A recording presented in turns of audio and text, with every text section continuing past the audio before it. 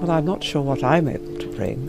It's what all these very brave ladies tell me. I'd just like to say that Carol and I are absolutely delighted by today's announcement. Dans le monde royal, où chaque mot est mesuré et chaque geste répété, personne ne s'attendait à cela. Pas même la reine Camilla. Carol Middleton, la mère de la princesse Kate, autrefois considérée comme une figure discrète, a pris une décision si audacieuse qu'elle a laissé Camilla en larmes et provoqué des remous au cœur du palais de Buckingham. Comment une personne extérieure à l'aristocratie, une femme sans titre et sans sang royal, a-t-elle pu ébranler les fondements d'une institution aussi protégée ? Il ne s'agit pas d'une histoire de scandales à scandales ou de gros titres fracassants, c'est l'histoire d'une résistance silencieuse, celle d'une mère voyant son influence s'amenuiser à mesure que les protocoles du palais se resserrent et celle d'un acte unique qui pourrait bien modifier l'équilibre des pouvoirs au sein de la famille la plus célèbre de Grande-Bretagne. Derrière la façade étincelante de la monarchie se cache un champ de bataille que personne n'ose nommer, où la détermination de Carol est devenue le catalyseur inattendu d'un changement que personne n'avait vu venir. Pour comprendre comment nous en sommes arrivés là, il faut remonter aux origines. Carol Middleton n'était pas censée être une figure centrale de l'histoire royale. Née d'un père entrepreneur et d'une mère vendeuse, elle a bâti sa vie à partir de rien. Avec son mari Michael, elle a créé Party Pieces, une entreprise d'articles de fête qui a prospéré et a offert à ses 3 enfants la meilleure éducation possible. Lorsque Kate a rencontré William à l'université et que leur relation s'est approfondie, Carol a découvert un nouveau monde, celui des salles dorées et des traditions ancestrales. Au début, elle fut accueillie poliment, voire chaleureusement. Ses valeurs bourgeoises et son éducation active contrastaient fortement avec le formalisme de la vie royale. Elle souriait lors des événements officiels, restait silencieuse sur les photos et acceptait que son rôle soit de se fondre dans la masse. Mais derrière ces sourires raffinés des tensions commencèrent à couver. De subtils refus lors des réunions de famille, des jugements chuchotés sur ses origines et le sentiment croissant que sa présence était tolérée plutôt qu'accueillie érigeait peu à peu un mur invisible entre Carol et l'élite du palais. La reine Camilla, en revanche, comprenait parfaitement le jeu royal. Elle avait enduré la haine publique et survécu, devenant un symbole de résilience au sein de la monarchie. Mais cette maîtrise même de la tradition la rendait moins sensible aux luttes de Carol. Pour Camilla, la classe sociale et l'héritage comptaient. Pour elle, la monarchie n'était pas un lieu où des étrangers pouvaient en remettre en cause les règles ou espérer l'égalité. À l'approche du mariage de Kate et William en 2011, Carol espérait ajouter quelques touches personnelles à la cérémonie de petits gestes pour lui donner l'impression d'une véritable union de 2 familles. Ces espoirs furent discrètement balayés par les conseillers du palais. Les fleurs, la liste des invités et même les suggestions pour la réception furent repensées pour respecter le protocole royal. On conseilla à Carol, avec une courtoisie qui ressemble à un congédiement, de simplement sourire et de profiter de la journée. Après le mariage, les habitudes se sont maintenues. Les vacances sont devenues des affaires réglementées dictées par le calendrier royal. Le temps passé avec sa fille et ses petits-enfants était rationné en fonction des obligations officielles. Même Noël, autrefois rempli de chaleur et de rire, est devenu une période de nostalgie silencieuse, Kate le passant à Sandringham sous le signe des obligations royales. Carol n'a jamais exprimé publiquement sa déception. Elle la portait dans le sourire crispé de son visage, dans sa façon de se tenir légèrement à l'écart lors des engagements publics. La naissance du prince George en 2013 a accentué son sentiment d'exclusion. Carol mère, expérimentée et aimante, espérait guider Kate dans ses premiers jours de maternité. Mais les règles du palais ont prévalu. Des nounous professionnels ont été nommés. Les horaires étaient rigides. Son rêve de grand-mère active s'est évanoui au profit d'une réalité faite de visites occasionnelles et d'interactions formelles. Derrière les portes closes, Carol luttait contre son invisibilité. Elle avait travaillé dur toute sa vie pour fonder une famille unie. Mais elle voyait les protocoles et les titres l'éloigner peu à peu. Chaque appel ignoré, chaque visite annulée sonnait comme un message discret « Tu n'as pas ta place ici ». Mais Carol Middleton n'est pas du genre à abandonner facilement. Des années passées dans le monde des affaires lui ont appris la patience et l'observation. Elle a commencé à repérer des schémas récurrents, à prendre des notes mentales et au fil du temps à les écrire. Ce qui n'était au départ qu'un moyen de donner un sens à ses sentiments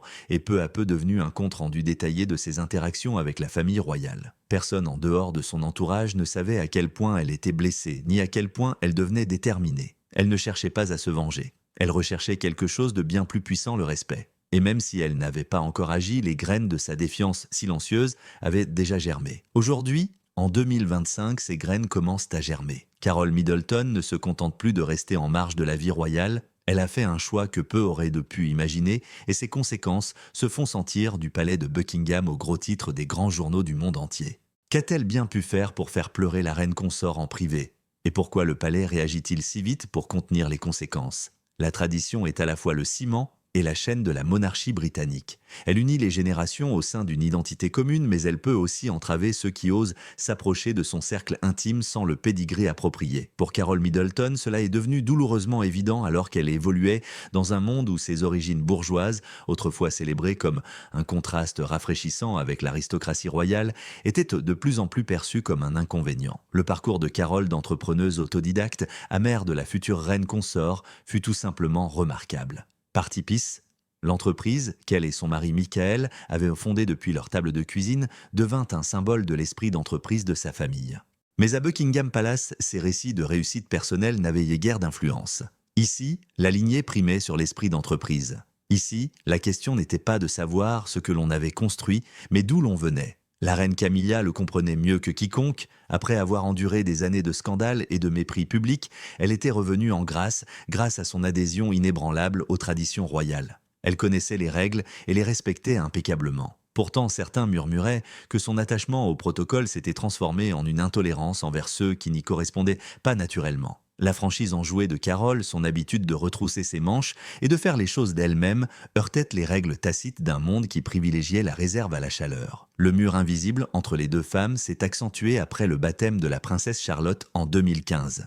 La suggestion de Carol d'un déjeuner familial privé, intime et festif, a été discrètement rejetée. Au lieu de cela, l'événement s'est déroulé avec une précision militaire entièrement orchestrée par les assistants du palais. Carol a souri et applaudi et est partie sans se plaindre, mais ses proches ont remarqué la tension dans ses yeux. À la fin des années 2010, le fossé s'était creusé. Alors même que la Grande-Bretagne était sous le choc du Brexit, d'une pandémie et de difficultés économiques croissantes, la famille royale s'accrochait à ses rituels. L'étoile de Camilla s'éleva davantage, consolidant sa place aux côtés de Charles, tandis que la présence de Carol semblait s'estomper. Les visites de vacances devinrent des occasions formelles, Carol et Michael étant assis plus loin de la table principale lors des dîners à Sandringham. Leurs moments avec George, Charlotte et Louis devinrent plus courts et plus structurés. Les observateurs de la famille royale commencèrent à s'en apercevoir. La presse britannique, toujours avide de susciter la controverse, publia des articles sur la marginalisation de Middleton.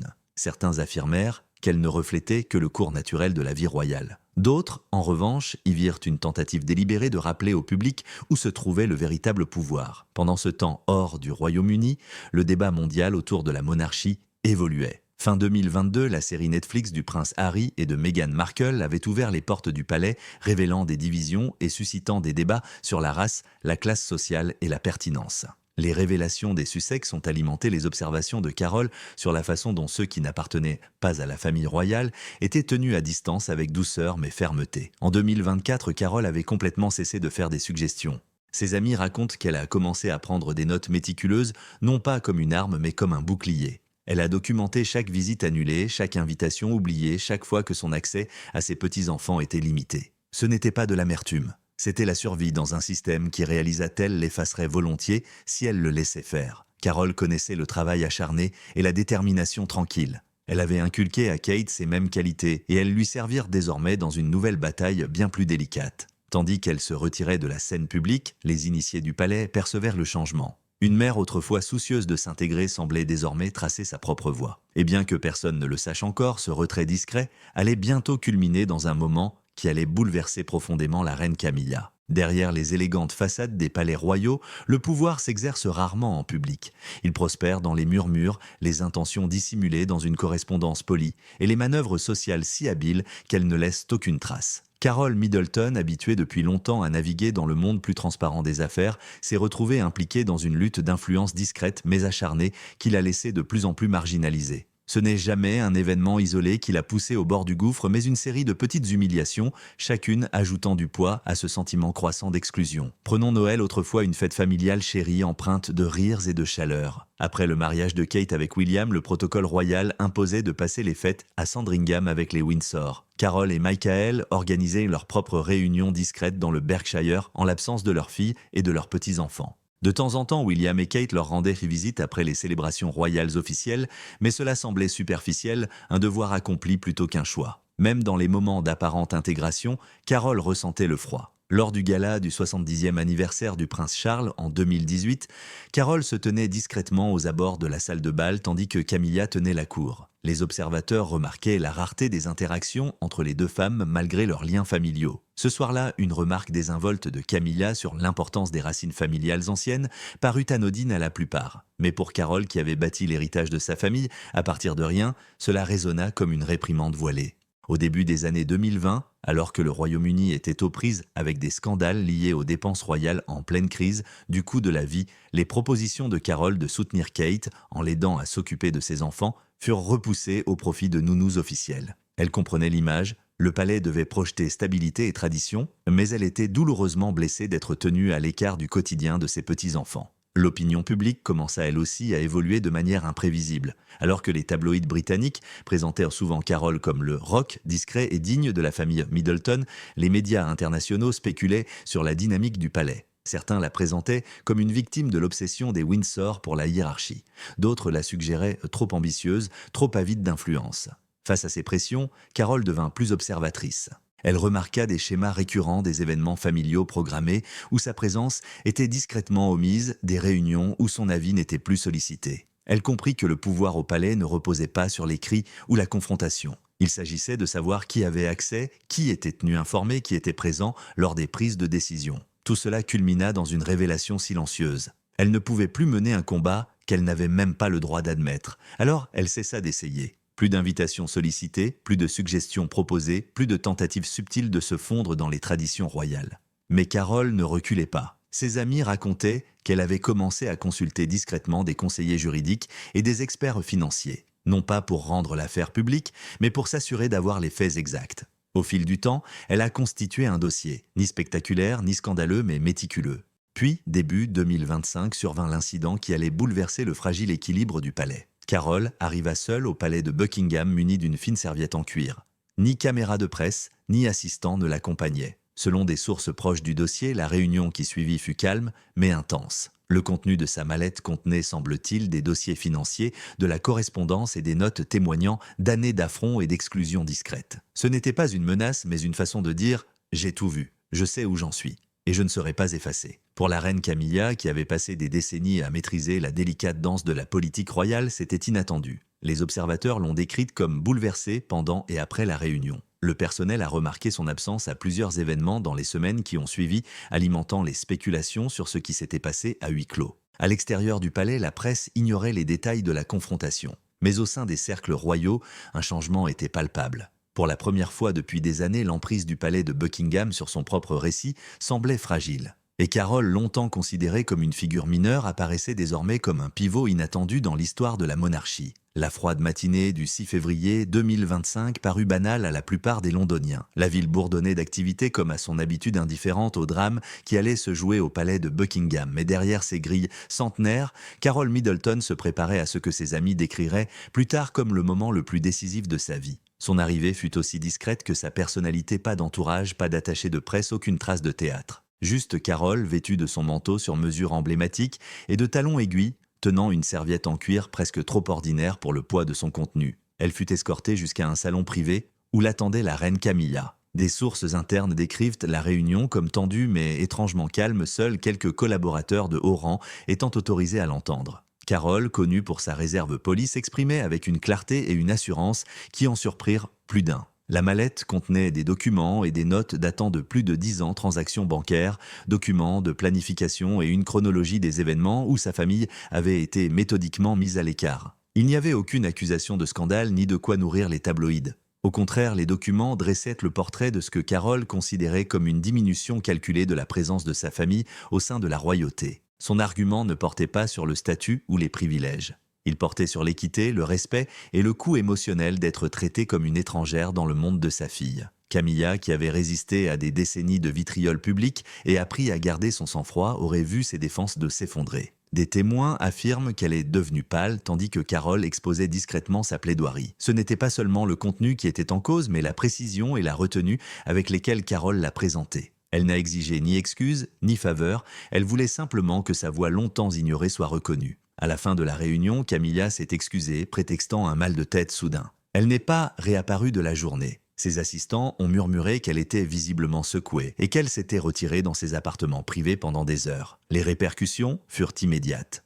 Des réunions furent annulées ou reportées sans explication. Des cadres supérieurs, dont certains retraités, furent discrètement rappelés. Même Charles, connu pour son approche méthodique des affaires du palais, aurait convoqué une réunion stratégique nocturne avec ses plus proches conseillers. Hors des murs du palais, rien de tout cela n'était visible. Pourtant, les observateurs avisés de la famille royale percevaient un changement. Camilla, habituellement posée lors des événements publics, paraissait renfermée lors d'une cérémonie du Commonwealth. Ses sourires étaient yeux plus crispés, ses interactions plus mesurées. Des photos la montraient, évitant le contact visuel avec Carole lors du concert scolaire du prince Louis quelques semaines plus tard, témoignage silencieux de cette tension persistante.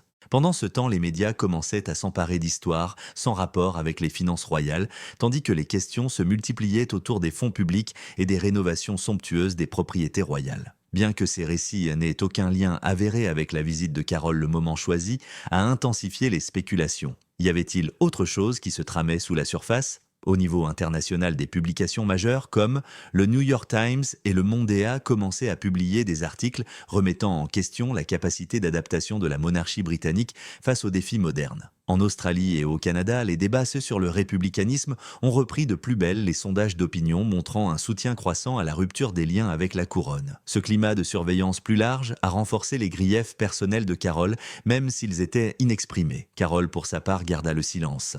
Elle rentra chez elle sans un mot aux journalistes installés devant sa propriété du Berkshire. Pourtant, l'absence des Middleton à 2 événements royaux majeurs au printemps 2025 ne passa pas inaperçue. Les commentateurs royaux se demandèrent s'il s'agissait d'un choix de Carole ou d'une décision tacite au sein du palais. Quelle que soit la vérité, une chose avait irrévocablement changé. Buckingham Palace n'était plus le seul auteur de son histoire. En Carole Middleton, ils avaient sous-estimé une femme qui comprenait à la fois la discrétion et la persévérance. Une combinaison aussi puissante dans la sphère royale que dans les affaires. Les répercussions de la confrontation discrète de Carole Middleton se sont fait sentir bien au-delà des salles dorées où elle avait eu lieu.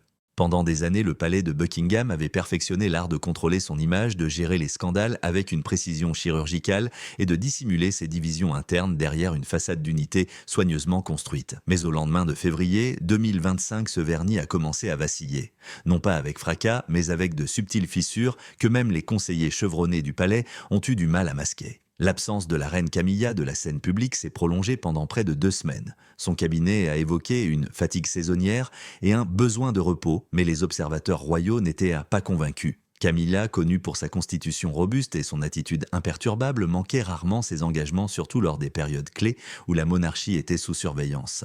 Son retour à la cérémonie du jour du Commonwealth fut d'une modestie maladroite. Les analystes ont noté sa posture prudente et la faible densité de son entourage. Le personnel du palais murmurait qu'un clivage grandissait. Les fidèles de la reine consort considéraient l'intervention de Carole comme une dangereuse atteinte aux convenances, un défi à la hiérarchie établie de longue date. D'autres, notamment les plus jeunes conseillers proches de William et Kate, partagèrent le point de vue de Carole. Pour eux, sa visite n'était pas un acte de rébellion, mais la prise de position discrète d'une mère contre un système qui avait traité sa famille comme des accessoires commodes plutôt que comme des partenaires précieux. Le prince William se retrouva sur la corde raide diplomatique. Connu pour son calme, il consultait en privé des conseillers de confiance dont certains avaient servi sa défunte mère, la princesse Diana. Impossible d'ignorer les échos des difficultés de Diana avec l'institution.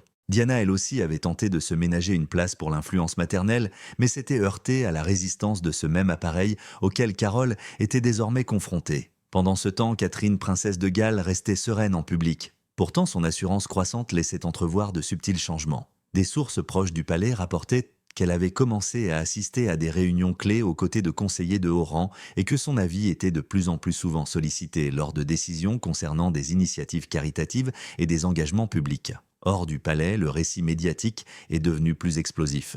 Les tabloïds britanniques ont spéculé à tout va sur les dossiers Middleton et les enregistrements secrets, des rumeurs que le palais a refusé de commenter. Les publications internationales ont été encore plus audacieuses, avec le Washington Post. Il a publié un article qui remet en question la capacité de la monarchie à maintenir sa pertinence dans un monde exigeant transparence et responsabilité. Parallèlement, des controverses, sans rapport avec la visite de Carole, ont aggravé les difficultés de la famille royale. Des fuites d'informations, faisant état de dépenses excessives en rénovation des domaines royaux, notamment des millions consacrés à des améliorations écologiques, ont alimenté la colère du public alors que les factures d'énergie des Britanniques ordinaire s'envolaient. Des manifestations de rue à Londres et à Édimbourg ont vu des pancartes réclamant la fin de la monarchie. Bien que la mallette de Carole ne contenait pas de révélations explosives sur ses finances, le moment choisi pour sa visite au cœur d'une telle surveillance a suffi à inquiéter même les plus fervents défenseurs de la royauté. La réputation de la monarchie était soudain plus fragile qu'elle ne l'avait été depuis l'interview de Harry et Meghan avec Oprah en 2021. Dans ce climat, le silence de Carole devint assourdissant. Elle ne confirma ni n'infirma les informations faisant état de sa rencontre avec Camilla. Mais le fait que le palais n'ait pas publié son habituel démenti catégorique en disait long. Pour une institution qui se targuait de sa maîtrise rapide des récits, ce silence inhabituel suggérait qu'elle était aux prises avec une dynamique nouvelle et imprévisible. Alors que le printemps laissait place à l'été, des rumeurs d'une renaissance Middleton commencèrent à circuler dans les cercles royaux. Carole n'avait pas recherché le pouvoir, mais en défendant ses positions, elle était devenue, sans le vouloir, un symbole de résilience pour ceux qui remettaient en question le traitement réservé par la monarchie aux étrangers. Plus surprenant encore, l'étoile de sa fille Catherine continua de monter non pas dans un élan de rébellion, mais dans l'éclat constant de sa compétence et de sa proximité. La monarchie ne s'effondrait pas. Mais un changement fondamental était en cours et même au sein du palais de Buckingham, personne ne pouvait prédire où cela mènerait. Au sein de la monarchie britannique, les changements se font rarement entendre. Ils se manifestent par des gestes subtils, des réaménagements, des plans de table, et l'ascension discrète de personnalités qui apprennent à jouer sur le long terme. À la mi-2025, alors que les répercussions de la réunion de février de Carole Middleton laissaient place à une nouvelle normalité tendue, Catherine, princesse de Galles, se retrouvait plus solide que jamais. L'ascension de Kate n'a jamais été marquée par des prises de pouvoir manifestes. Elle a plutôt maîtrisé l'art de l'influence douce, offrant un visage moderne et accessible à une institution aux prises avec des questions existentielles. Ses apparitions se sont multipliées et ont pris de l'ampleur. Qu'il s'agisse de mener des initiatives en faveur du développement de la petite enfance ou de s'engager auprès des communautés les plus durement touchées par la crise économique, Kate évoluait avec un aplomb qui laissait présager une transformation profonde derrière les portes du palais. Les observateurs ont noté des changements subtils mais révélateurs. Son bureau, autrefois niché dans une aile éloignée du palais de Kensington, a été transféré dans une suite beaucoup plus proche des appartements privés du roi.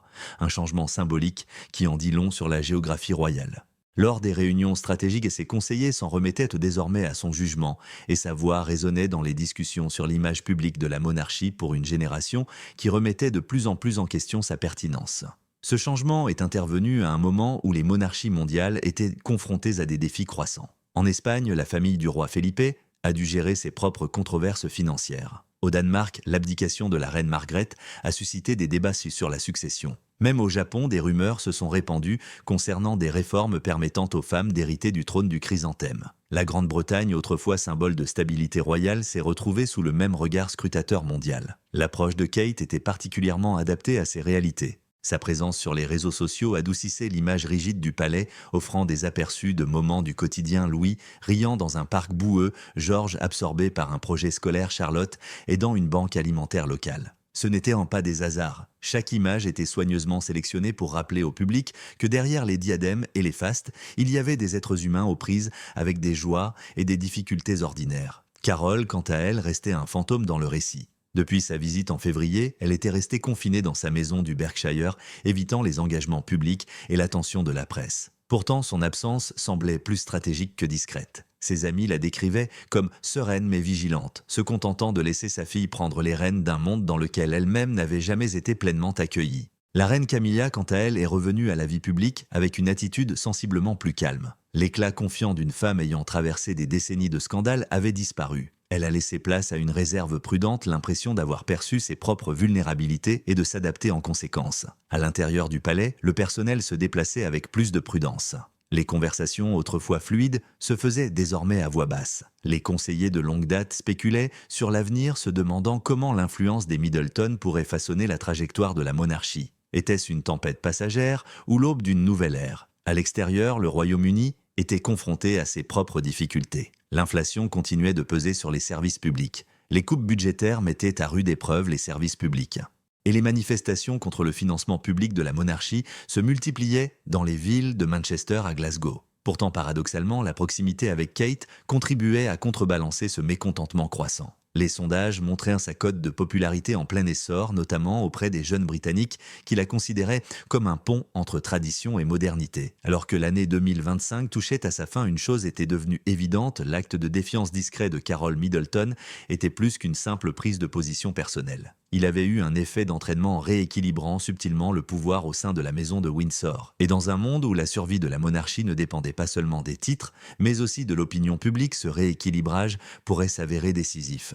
Que ce soit intentionnellement ou par accident, les Middleton, autrefois considérés comme des marginaux, étaient redevenus essentiels au renouveau de la monarchie. Quant à Carol, elle demeura silencieuse, digne et peut-être satisfaite de savoir que son héritage ne résidait pas dans les titres ou la reconnaissance mais dans la force de la fille qui façonnait désormais l'avenir de la monarchie.